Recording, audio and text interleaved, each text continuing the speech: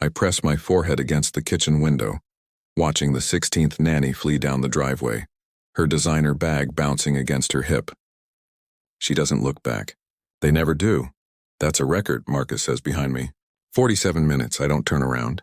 My employer, Mr. Alexander Thorne, tech billionaire, Forbes cover regular, emotional disaster, stands in the doorway of his chrome and marble prison, probably holding that same glass of scotch he's been nursing since breakfast.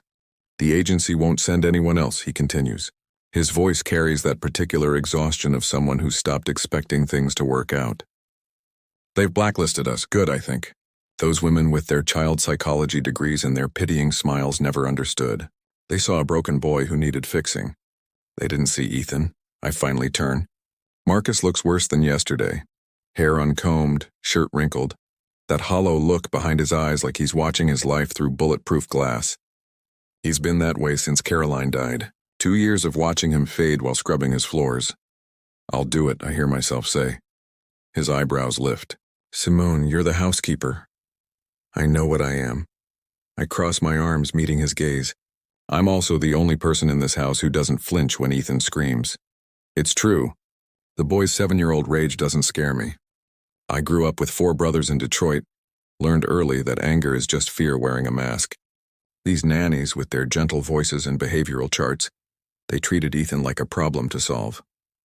But problems don't cry themselves to sleep. Problems don't collect their dead mother's scarves and hide them under the bed. You have no experience with children, Marcus says, but there's hope creeping into his voice. Desperate and dangerous, neither do you. It lands hard. I watch him absorb it, see the truth settle into the space between us. He pays people to raise his son because he can't bear to look at a face that's half Caroline's. Every time Ethan walks into a room, Marcus sees his dead wife and fails her all over again. 2 weeks, he finally says. Trial basis. I nod, already moving toward the stairs. Toward the boy who hasn't spoken in 8 months, who's turned violence into a language because nobody's listening to his silence. Ethan's room is at the end of the hall, the door closed, always closed. I don't knock. Knocking implies I need permission to exist in his space, and that's how the nannies lost. They asked. They negotiated. They tried to earn something that shouldn't require currency. He's sitting in the corner between his bed and the wall, knees pulled up, eyes fixed on something I can't see. The room looks like a museum exhibit. Untouched toys, perfectly made bed, photos of Caroline smiling from every surface, a shrine to before. I sit on the floor across from him. Not close, not far. Your dad thinks I'm here to take care of you, I say quietly. But I'm not. I'm here to clean the house, same as always. He doesn't look at me, but his shoulders tense. He's listening. The thing is, I hate cleaning alone. Gets boring. So if you want to help, you can. If you don't, that's fine too. I pull out my phone, open my playlist, let the music fill the space between us. Nina Simone. Feeling good. My grandmother's favorite, I start humming. Not to him. Just to the air, to myself. To the ghost of a woman who raised me to understand that sometimes survival sounds like music. That's when Ethan's fingers twitch. Just once. And I know I've found the frequency he's been screaming on all along. 3 days in, and I've learned Ethan's rules. He doesn't want to be touched. Doesn't want to be asked questions. Doesn't want anyone to acknowledge the small ways he's falling apart. The bitten nails, the circles under his eyes. The way he flinches when someone says his mother's name like she's already ancient history. But he follows me. Room to room, silent as a shadow. He watches me work. When I dust Caroline's piano, he stands close enough that I can hear him breathing.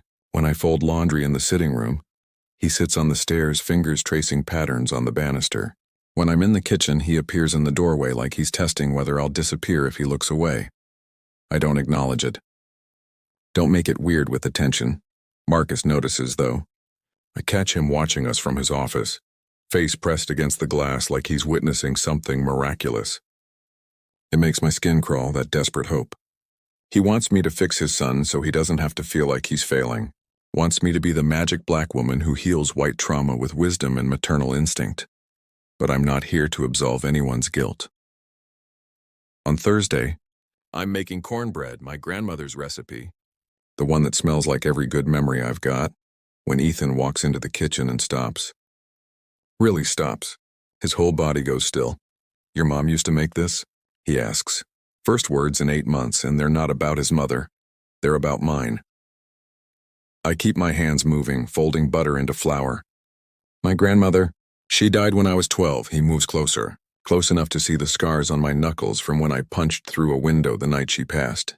Close enough to recognize someone who understands loss isn't something you get over. It's something you carry until you learn to make it lighter. Did you cry? His voice is rusty, uncertain. Every day for a year. Dad says crying doesn't help. I stop mixing. Look at him directly for the first time. Your dad's wrong about a lot of things. Something flickers across Ethan's face. Relief, maybe, at finally hearing someone tell the truth. He climbs onto the stool beside me, watching my hands work the dough. Will you teach me? He whispers. To bake? To remember her without it hurting so much. And there it is. The question that's been living in his chest, eating him from the inside out. Not how do I move on, but how do I hold this pain without it destroying me? I don't have an answer. I'm 32 years old, working in a house worth more than my entire neighborhood, trying to figure out why I keep choosing jobs that pay me to be invisible. I'm not qualified to heal anyone, but I nod anyway. First rule, I say, handing him a wooden spoon. We don't try to forget. We fold the memories in like this. I guide his small hands, showing him how to work the batter. See? You make room for the sadness. You don't fight it. He stirs slowly, concentrating. Then, she used to sing to me. In French. You remember the songs? He shakes his head. Just the feeling of them. I start humming again. Not Nina this time, but something my grandmother sang. Creole lullaby, words I don't fully understand but feel in my bones. Ethan's stirring slows. His shoulders drop. And then I hear it. A sound I haven't heard since before Caroline died. Ethan laughs. It's small, broken, more exhale than joy. But it's real. Marcus appears in the doorway so fast I wonder if he was listening the whole time. His face does something complicated. Relief and grief and something else I don't want to name. He's looking at his son like he's seeing him for the first time in 2 years, but he's also looking at me. And the way his eyes linger makes my stomach twist with something dangerous. Marcus starts finding excuses to be in whatever room I'm cleaning. Just need a file, he says, entering his study where I'm dusting shelves.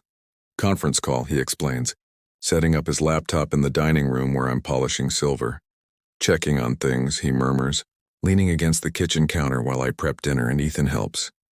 The boy's fingers carefully peeling carrots like it's the most important job in the world. I feel him watching.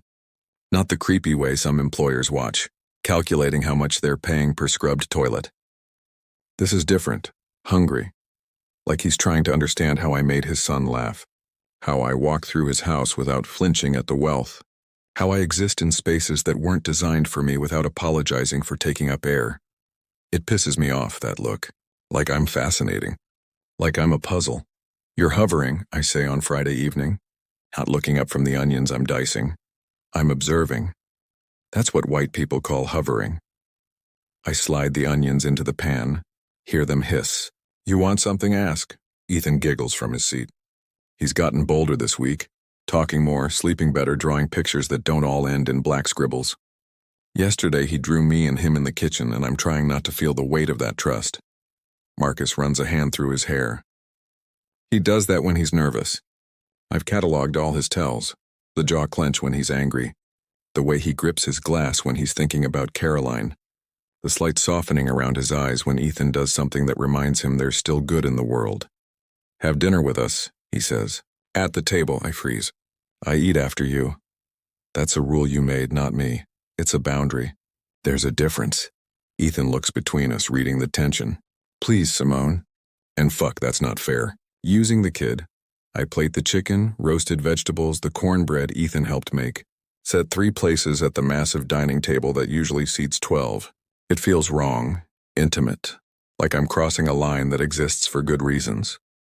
But I sit. Marcus pours wine. Expensive, probably older than me. Slides a glass across. Our fingers don't touch, but I feel the almost of it. Tell me about Detroit, he says. Nothing to tell. Simone's grandmother made the best pralines, Ethan announces proudly, like he's known me his whole life instead of 10 days. And she had 4 brothers who taught her to fight. Marcus's eyebrows lift. Fight? Ethan's exaggerating.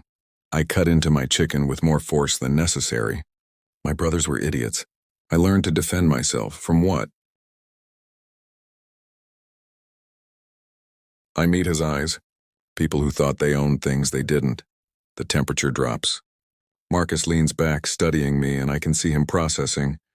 The way I hold myself. The scars I don't hide.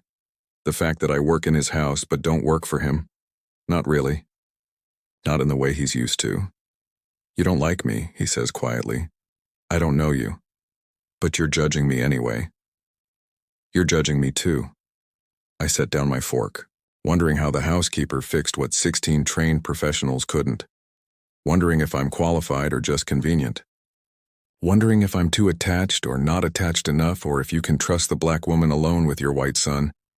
Ethan's gone still, sensing the shift. Marcus's jaw tightens. That's not fair. Neither is pretending you don't see color. Everyone does. Question is what you do with it. He doesn't deny it. Points for honesty. I see someone who's good with my son, he says finally. Someone who's not afraid of this house or me.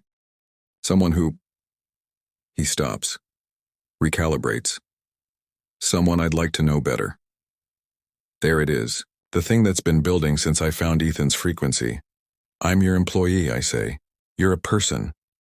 Those aren't mutually exclusive, but one comes with a power imbalance that makes the other complicated. Ethan interrupts. What's a power imbalance? It means, I say, not breaking eye contact with Marcus. Sometimes people want things they can't have because wanting them isn't the same as earning them. Marcus flinches. Good. He should. But later, after Ethan's tucked in bed, after I've cleaned the kitchen and I'm heading to my quarters in the East Wing, I find Marcus standing in the hallway outside my door. I'm not asking for anything, he says. Then what are you doing? Trying to figure out how to thank you without offending you. I cross my arms. You pay me. That's the thanks. Money doesn't cover what you've done. Money covers exactly what I've done. Anything else is your guilt talking. I move past him to my door. Good night, Marcus. He catches my wrist. Gentle, barely there. I'm not guilty, he whispers. I'm grateful. There's a difference. His thumb brushes the inside of my wrist. Accident or intention, I can't tell. My pulse jumps. He feels it. I see the recognition in his eyes. I pull away. Don't confuse gratitude with whatever else you're feeling.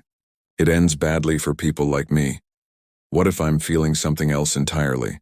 Then you need to unfeel it. I close the door between us, but I stand there for 10 minutes, hand pressed to the wood, heart hammering, hating that I wanted him to knock. 2 weeks become 3. 3 become a month, Ethan blooms. There's no other word for it. He talks now. Full sentences, stories, questions that tumble out like he's making up for lost time. He helps me cook, follows me to the garden, sits beside me while I read in the library. We've developed routines. Breakfast together, afternoon walks, evening music sessions where I teach him songs my grandmother taught me. Marcus watches all of it with that same hungry, desperate look. But he's changed too. Softer. Present. He joins us for meals now. Plays chess with Ethan in the evenings. Laughs at jokes I don't find funny but pretend to because the sound of them together is worth the performance. And I'm losing myself in this. The boundaries I built so carefully are eroding. I catch myself looking forward to mornings, choosing clothes that aren't just practical, lingering in rooms where Marcus might appear. It's dangerous, this wanting. It makes me sloppy. On Tuesday, Caroline's sister shows up unannounced. Victoria Ashford is everything I expected, blonde, polished, wearing grief-like expensive jewelry. She sweeps through the foyer in Chanel and judgment, takes one look at me loading the dishwasher, and her smile turns sharp. Marcus didn't mention he'd replace the nanny with the maid. He didn't replace anyone, Marcus says, appearing from his office. Simone's been helping with Ethan. Helping. Victoria's eyes rake over me. How versatile. I feel it then, the weight of her assessment. The calculation of what I am, what I represent, why I'm here. To her, I'm an anomaly that needs explaining. The help doesn't get integrated into the family. That's not how this works. Aunt Vicky. Ethan runs down the stairs and I see Victoria's face crack. Real emotion breaking through the armor. She drops to her knees, pulling him close. My sweet boy, I've missed you. I made cornbread, Ethan says, pulling back. Simone taught me. And we've been learning French songs, and she showed me how to make a bird feeder and slow down. Victoria laughs, but her eyes flick to me. Simone's been very involved. There's acid in that word. Involved. Like I've overstepped. Like I'm colonizing spaces that don't belong to me. Marcus sees it too. Victoria, Simone's been, I'd like to speak with you privately. Victoria stands, smoothing her skirt. Ethan, darling, why don't you show me what you've been drawing? It's not a suggestion. I watch them disappear upstairs, then turn to Marcus. Don't, he says. She's protective. She doesn't understand. She understands perfectly. I meet his eyes. This is what I warned you about. What? The story people tell themselves. Wealthy widower. Traumatized child. Black woman who appears and fixes everything with songs and cornbread. It's a trope, Marcus, and I'm playing right into it. His face hardens. You're more than a trope. To you, maybe. To her? I shake my head. I'm a problem. Someone who doesn't know their place. Your place is here. My place is whatever I decide it is. I grab my cleaning supplies, needing to move, needing distance, not what you need it to be. He follows me into the library. Why are you angry? Because I'm smarter than this. I start dusting with violent efficiency. I know how this goes. You're grateful, maybe attracted, definitely confused about what you're feeling. Your son needs me, so you convince yourself you need me too. And I let it happen because I'm lonely, and this house is the closest thing to family I've had in years, and I forgot that I'm paid to be here. Simone. And then someone like Victoria shows up and reminds everyone what this actually is. Boss and employee, white and black, rich and working. All the things we've been pretending don't matter. They don't matter to me. They matter to the world. I stop cleaning, face him. When this ends, and it will end, you go back to being a billionaire with 100 other options. Ethan goes back to expensive schools and trust funds, and I go back to being someone who got too attached to a job. Marcus closes the distance between us. What if it doesn't end? Everything ends. Not if we choose differently. He's too close. I can smell his cologne, see the gold flecks in his hazel eyes, feel the heat of him in the space between our bodies. Every instinct screams to step back, but I don't. You want to choose me? I whisper. Or do you want to choose the version of yourself that I make possible? The good father. The man who's moved on. The person who's not empty anymore. It lands like a punch. Marcus steps back, stung. That's not fair. Neither is asking me to be the thing that saves you. Upstairs, I hear Victoria's voice, sharp and insistent. Whatever she's saying to Ethan, it's not good. Marcus hears it too. He moves toward the stairs, then stops. Looks back at me. What if you're wrong? He asks quietly. What if I see exactly who you are and that's what I want? Then you're not thinking clearly. Or I'm thinking clearly for the first time in 2 years. He disappears upstairs, leaving me alone in the library, surrounded by books written by dead men about lives that never included people like me. I sink into a chair, head in my hands. This is how it starts. The unraveling. The moment you realize you've built something beautiful on a foundation that was never solid enough to hold it. My phone buzzes. Text from my brother Dante. You coming home for Mom's birthday? I stare at the message. Home. I haven't been back to Detroit in 8 months. Haven't wanted to face the questions about why I'm cleaning houses instead of using my sociology degree. Why I left my last 3 jobs without explanation. Why I keep choosing situations that guarantee I'll stay at arm's length from anything real. Because this is easier. Being needed temporarily. Being essential until I'm not. Leaving before anyone can see too deep. But Ethan's drawn me a picture of us in the garden, and Marcus looks at me like I'm not temporary, and I don't know how to do this.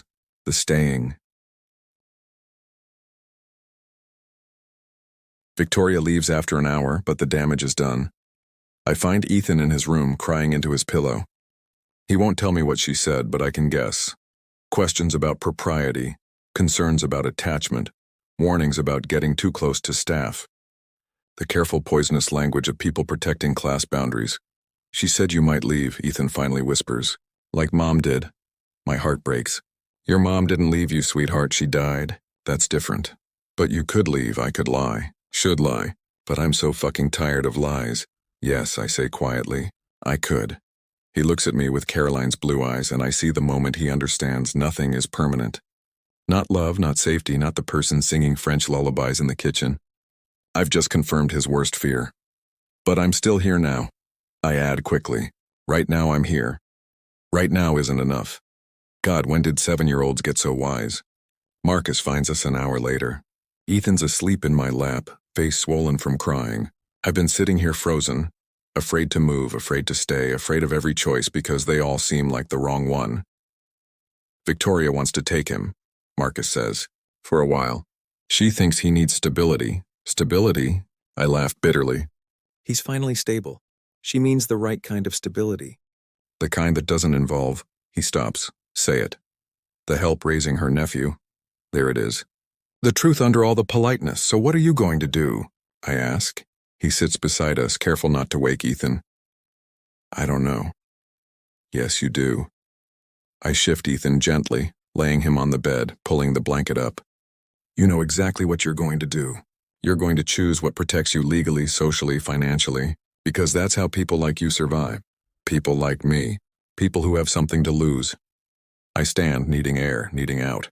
But Marcus catches my hand. What about what I've already lost? His voice cracks. My wife. 2 years of my son's life. My ability to feel anything except guilt and grief. You gave that back to me. You think I don't know what I'm risking? You're risking money and reputation. I'm risking my entire sense of self. I pull free. There's a difference. Then what do you want me to do? I want you to stop making this my decision. I'm crying now, hot, angry tears. I want you to stop looking at me like I'm some kind of savior. I want you to see that I'm just as fucked up as you are. I'm just better at hiding it. I do see that. No, you see what you want to see. The strong black woman who has her shit together. Who knows how to fix broken things because that's what we do, right? We absorb everyone else's pain and somehow stay standing. Simone, I'm falling apart, Marcus. The words rip out of me. Every day in this house, I'm falling apart. Because I'm starting to love your son, and I'm starting to feel things for you that I have no right to feel, and I know how this ends. I've seen this movie. The help doesn't get the happy ending. She gets paid and dismissed and erased. Not this time. Yes, this time. I wipe my face. Because Victoria's right. I'm not qualified. I'm not appropriate. And eventually you'll see that too. You'll meet someone from your world. Someone who makes sense, and I'll be the nice memory of the woman who helped you through a hard time. Marcus stands. Voice sharp now. You want to know what I see? I see someone who's so scared of being left that she's leaving first. I see someone who's so convinced she doesn't deserve good things that she's destroying this before it even starts. Maybe I am. I head for the door, but at least I'm being honest about what this is. And what is it? I turn back. Temporary. What if I don't accept that? Then you're delusional. He crosses the room and suddenly we're inches apart, everything I've been avoiding right in front of me. You want me to prove you wrong? Fine, I'll fight Victoria. I'll deal with the gossip. I'll do whatever it takes to keep you here. But you have to decide if you're staying because you want to, or if you're running because you're too afraid to find out what happens if you're actually happy. His hand cups my face. Gentle. Certain. I'm not Caroline, I whisper. I know. I won't make you forget her. I don't want to forget her. I want to remember her without drowning. His thumb brushes my cheek. You taught Ethan that. You can teach me too. I should pull away. Should maintain the boundary. Should do all the smart self-protective things I've built my life around. Instead, I kiss him. It's messy, desperate. 2 years of grief meeting 15 years of loneliness. It's terrible timing and worse judgment and everything I said we shouldn't do. It's also the most honest thing I've done in years. When we break apart, Ethan's sitting up in bed watching us with wide eyes. Are you staying? He asks me. I look at Marcus. At Ethan. At this life I've accidentally built in the margins of someone else's. I don't know, I say, because that's the truth. I don't know if I'm brave enough to stay. Don't know if Marcus will actually fight for this when it gets hard. Don't know if I can be what Ethan needs without losing myself in the process. But I do know this. I'm tired of running. Tired of choosing safety over risk. Tired of letting other people's expectations dictate my story. What if we figure it out together? Marcus asks. Then we'll probably fuck it up spectacularly. Ethan giggles. You said a bad word? Yeah, I did. I sit on the edge of his bed. Sometimes adults say bad words when they're scared. Are you scared? Terrified. Me too, Ethan whispers. But maybe being scared together is less scary. I look at this boy who's taught me more about resilience than any sociology textbook, who's shown me that breaking isn't the opposite of strength. Sometimes it's the path to it. Maybe it is, I say. Marcus sits on Ethan's other side. 3 broken people in a house full of ghosts trying to figure out how to build something real. 2 more weeks, I finally say. Trial basis. Marcus smiles. A real one, not the ghost version I'm used to. I can work with that. And we set actual boundaries. Employment contract, clear expectations, no blurred lines. Except the ones we've already blurred? Especially those. Ethan snuggles between us. Can we have pancakes tomorrow? With chocolate chips, I agree. And can Dad help make them? Marcus and I exchange looks. The wealthy tech mogul who probably hasn't cooked a meal in a decade. Sure, he says. How hard can it be? I laugh, actually laugh. You're going to burn them. Probably. And make a mess. Definitely. And I'm going to have to clean it up. That's literally your job, he points out. I shove him, and he shoves back, and Ethan dissolves into giggles. And for just this moment in this room, we're not billionaire and employee, not white family and black help, not tragedy and salvation. We're just 3 people who've survived the worst and are trying to figure out if they're allowed to hope for something better. I don't know if this will work. Don't know if love can exist in the space between power imbalances. Don't know if I'm strong enough to stay when it gets complicated, and it will get complicated. But I know I'm tired of protecting myself from everything, including joy. So I stay. Not forever. Not with guarantees, just for right now. And maybe for the first time in my life, right now is enough. 3 months later, Victoria tries to take Ethan to court. Marcus fights her, publicly, messily, in ways that cost him friendships and business deals. I testify. Tell the truth about attachment, about healing, about the fact that family isn't always biology. We lose some things, gain others. Ethan starts 2nd grade, makes friends, draws pictures where all 3 of us are smiling. Marcus and I don't have a title for what we are. Employer and employee. Something more. Something undefined that scares us both.